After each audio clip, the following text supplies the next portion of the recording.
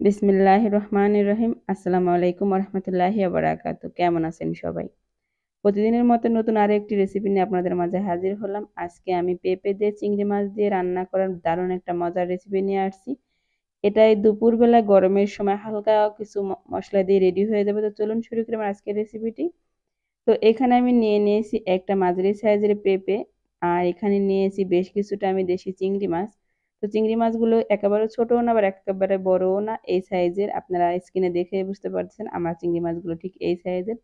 আপনারা চাইলে একই রেসিপিটা বড় চিংড়ি বা আরো ছোট চিংড়ি দিয়েও করতে পারেন। তো সবার আগে আমি এই পেঁপেটাকে কেটে নেব আর চিংড়ি মাছগুলোকে বেছে পরিষ্কার করে নেব। তো দেখুন আমি পেঁপেটাকে কেটে নিয়েছি আর চিংড়ি মাছগুলোকে বেছে নিয়েছি, মাথার অংশ লেজটা ফেলে দিয়েছি। আর এই পেঁপেগুলোকে দেখুন আমি ঠিক এরকম করে কাটছি। তো আপনারা চাইলে আপনাদের যেভাবে মন চায় ঠিক সেভাবেই কাটতে পারেন, সেটা কোনো ব্যাপার না, যার যেমনি ভালো লাগবে। এরপর আমি পেঁপেগুলো একটু ভাপিয়ে নেব। আপনারা চাইলে কিন্তু এই কাজটা একটু তেল দিয়ে ভেজেও করতে পারেন, কিন্তু আমি আজকে একটু ভাপিয়ে নেব। এখানে আমি দিয়ে দিলাম পেঁপেগুলো একটু পানির ভিতরে। তো পানিটা যখন একটু গরম হবে, বাস এখানে একটু লবণ দিয়ে দেবো। লবণটা যাতে একটু কষটা মানে পেঁপের গায়ে যে একটা কষ থাকে এটা কেটে যাবে। জাস্ট একটা বলক দেব আমি। খুব বেশি সময় আমি ভাপাবো না। দেখুন যখন বলক চলে আসবে তখন আমি এটাকে একটা ছাঁকনিতে ঢেলে নিয়েছি। এবার আমি দিয়ে দিলাম কড়াইতে তেল।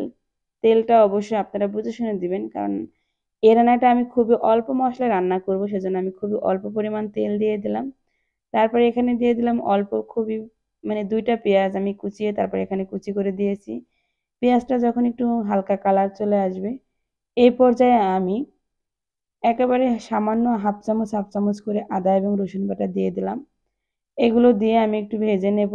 তো আপনারা চাইলে আদা রসুন বাটা স্কিপও করতে পারেন, কিন্তু আমার এটা ছাড়া কেন জানি ভালো লাগে না, সেজন্য আমি অল্প অল্প করে দিয়ে দিলাম।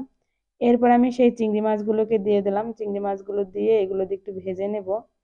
তো চিংড়ি মাছ খুব একটা ভাজার প্রয়োজন পড়ে না, এটা এমনিতেই অনেক রান্না মানে পেঁপে রান্না হবে অল্পতেই। আপনারা যদি চান বড় চিংড়িতে তাহলে এ পর্যায়ে কিন্তু চিংড়ি মাছটা কষিয়ে তারপর তুলে নেবেন। আমার যেহেতু ছোট চিংড়ি তাই তুললাম না। এরপরে এখানে আমি দিয়ে দিলাম মরিচের গুঁড়া। এরপর মরিচের গুঁড়া দিয়ে একটু নেড়েচেড়ে এরপর দিয়ে দিলাম পানি। পানি দেওয়ার পর আমি বাকি মশলাগুলো দিয়ে দেবো।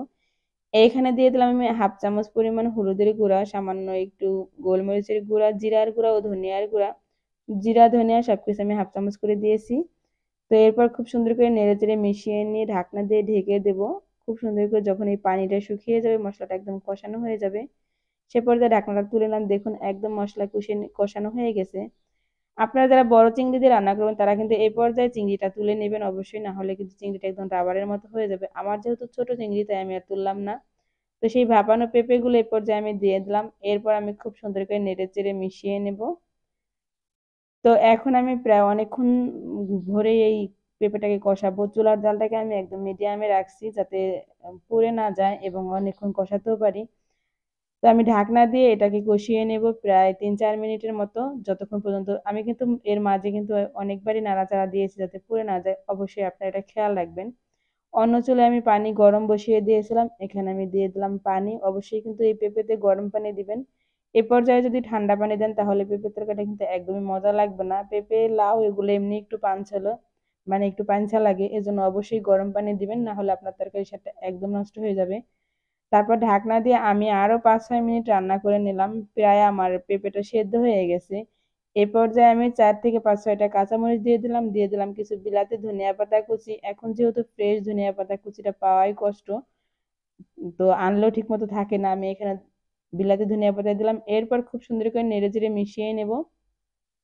পেঁপেগুলো প্রায় সেদ্ধ হয়ে গেছে। এখন আমি আরো কিছুক্ষণ এটাকে ঢাকনা দিয়ে লো হিটে রান্না করব আর একটু ঝোলও টানিয়ে নেব। তো দেখুন আমার ফাইনালি একদম রান্নাটা রেডি হয়ে গেছে। আমি একটু নেড়েচেড়ে দেখাই দিচ্ছি। ঠিক এই পর্যায়ে আপনারা আমি এরকম ঝোল রাখবো। এতটুকু ঝোল আমার লাগবে। এরপর আমি খুব সুন্দর, আপনারা চাইলে কিন্তু এই পর্যায়ে পেঁপেগুলো একটু ভেঙে নিতে পারেন। আমার পেঁপেগুলো একদম খুব সুন্দর হয়ে নরম হয়ে সেদ্ধ হয়ে গেছে। আমি এটাকে পরিবেশন করে নিয়েছি। তো কেমন হলো আমার পেঁপে দিয়ে চিংড়ি মাছ দিয়ে রান্না অবশ্যই কিন্তু কমেন্টস করে জানাবেন। দুপুরবেলা এরকম হালকা একটা তরকারি থাকলে কিন্তু এই গরমের সময় একদম পেট ভরে ভাত খাওয়া যায়। আপনি যদি টেবিলে এই রেসিপিটা একবার কাউকে তৈরি করে দেন, সে আপনাকে আবারও রান্না করে দিতে বলবে। আমি এই পেঁপে রান্না করার পর অন্তত আরো ৫ বার রান্না করছি। আমার পরিবারের সবাই এই পেঁপে রেসিপিটা পছন্দ করছে। এতক্ষণ পর্যন্ত যারা ভিডিওটি দেখছেন এখন একটা লাইক দেন নাই, প্লিজ একটা লাইক দিবেন, চ্যানেলের সাথেই থাকবেন। আর যারা সাবস্ক্রাইব করে তারা অবশ্যই সাবস্ক্রাইব করবেন। যারা আমার এই ভিডিওটি ফেসবুক থেকে দেখছেন তারা অবশ্যই আমার ফেসবুকে লাইক, কমেন্ট, শেয়ার এবং ফলো দিয়ে যাবেন। সবাই ভালো থাকবেন, সুস্থ থাকবেন। আজকের মতো এখানেই বিদায় নিলাম। আসসালামু আলাইকুম ওয়া রাহমাতুল্লাহি ওয়া বারাকাতুহু। আল্লাহ হাফেজ বন্ধুরা।